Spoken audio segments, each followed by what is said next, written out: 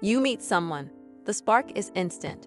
Conversations flow effortlessly, the laughter feels genuine, and there's a rush of excitement that makes you believe this might be it. So you dive in. You skip the small talk, race through personal revelations, and quickly become emotionally entangled. Everything seems magical until the magic fades. Confusion creeps in. Misunderstandings emerge, and suddenly, something that felt so right begins to fall apart. This story is far more common than we admit. In the eagerness to feel connected, many people unknowingly rush intimacy, and in doing so, sabotage the very bond they hope to build. Here's why going too fast, emotionally or relationally, can quietly erode the foundation of what might have been something real and lasting. Intimacy is earned, not given. Real intimacy can't be forced. It's cultivated over time. It doesn't arrive simply because you want it.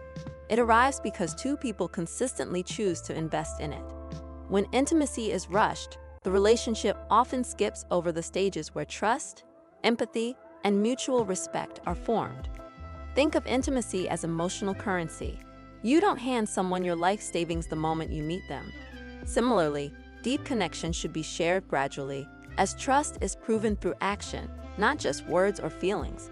When people try to speedrun closeness, it might feel thrilling, but it usually lacks the roots that help a relationship weather the inevitable storms. Fast closeness can cloud judgment. One of the biggest risks of rushing intimacy is the illusion it creates. Emotional closeness, when formed too fast, can give you a sense of deep understanding, but often it's only surface level. You may feel like you know the other person, but what you really know is the version they've chosen to present in the early stages. This can cause you to overlook red flags or compatibility gaps because the emotional bond feels intense. You might downplay misalignments in values, future goals, or communication styles. When reality eventually catches up, the connection can feel confusing or even disappointing, not because it wasn't there, but because it wasn't real in the way you believed. Emotional overexposure can backfire. Sharing personal stories and emotional pain too early can feel like vulnerability, but vulnerability without context can actually be risky. True vulnerability is built in safe, stable environments. When we open up too much, too soon, we might do so without knowing if the other person can hold that space responsibly. Instead of feeling closer, emotional overexposure can leave us feeling emotionally naked and uncertain. If the other person pulls back or isn't equipped to respond with empathy, we may feel embarrassed or even betrayed. Worse, the connection may become unbalanced, where one person feels deeply invested and the other doesn't, simply because they weren't ready for that level of closeness. Missing the foundation weakens the future.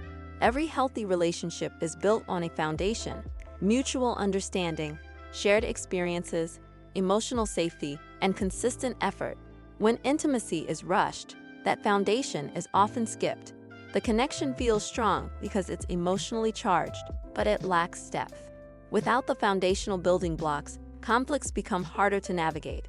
Misunderstandings become more frequent, and over time, the cracks begin to show. The relationship can feel fragile, like it's built on quicksand instead of solid ground. Going slowly doesn't mean the relationship is weak. It means you're taking the time to pour concrete before building the walls. Pressure can disrupt natural bonding. When intimacy is rushed, it's often accompanied by unspoken pressure to label the relationship quickly, to make future plans too soon, or to meet emotional expectations prematurely. That pressure can overwhelm one or both people and lead to anxiety or second-guessing. Relationships are meant to unfold naturally. When both people feel emotionally safe and at ease, bonding becomes organic.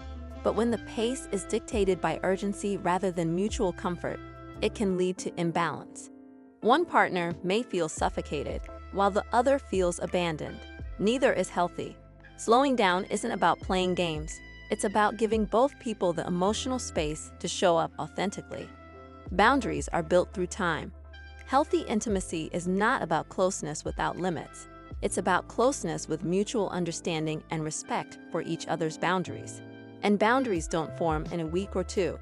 They require time, communication, and real-life experience with one another. When we rush, we rarely have the opportunity to discuss or discover those boundaries. How does the other person handle conflict? What are their needs for personal space, independence, or support? What emotional wounds are they still healing? These are questions that reveal themselves over time, and answering them too early can lead to boundary breaches that damage trust. Respectful pacing gives room for boundaries to form naturally, and those boundaries are what actually protect intimacy in the long run. Attachment, not affection, often drives the rush. It's important to ask, why am I rushing this? Often, the answer isn't romance, it's fear. Fear of being alone. Fear of missing out. Fear that if we don't move quickly, we'll lose the connection. This is where attachment patterns come into play. People with anxious attachment styles may feel compelled to create closeness quickly to reduce their internal anxiety. But that urge can actually drive people away or create false intimacy that doesn't hold up under pressure. Affection is patient. It doesn't demand immediacy. When you approach relationships from a grounded place of self-worth, you don't have to chase or force connection. It will come, and it will stay, without pressure. Lasting love has a slow pulse. The most resilient relationships are not built on instant chemistry alone. They're built on mutual growth, respect, shared values, and yes, time. Love that lasts doesn't race to the finish line. It listens, it observes, it evolves. Slow-growing love allows space for laughter, for disagreements, for learning each other's quirks and triggers. It weaves together real-world experiences like how someone responds to stress, failure, or celebration. That kind of love becomes unshakable because it's been tested, nurtured, and proven over time. It doesn't fizzle out, it deepens. Trust the pace, not the pressure. There's a reason wise relationships are often described as slow burning. They begin with presence, not pressure. With curiosity, not assumptions. When you allow a relationship to unfold at its natural rhythm, you create the conditions for a bond that is not only joyful but also resilient and rooted in reality. So if you find yourself tempted to rush, to share too much, to push for closeness, to skip the in-between moments, pause. Breathe. Ask yourself, am I building something solid or am I chasing a feeling? The right connection won't require you to sprint. It will walk with you, steadily, kindly, and with respect for the pace your heart truly needs. If you found value in this, don't forget to like, share, or subscribe, especially if you're passionate about building healthier, more intentional relationships. Hit the subscribe button so you don't miss more real talk content on dating, connection, and emotional growth. Drop a comment below. Have you ever experienced the downside of rushing intimacy? I'd love to hear your thoughts and stories. Let's grow together, one intentional step at a time. See you next time.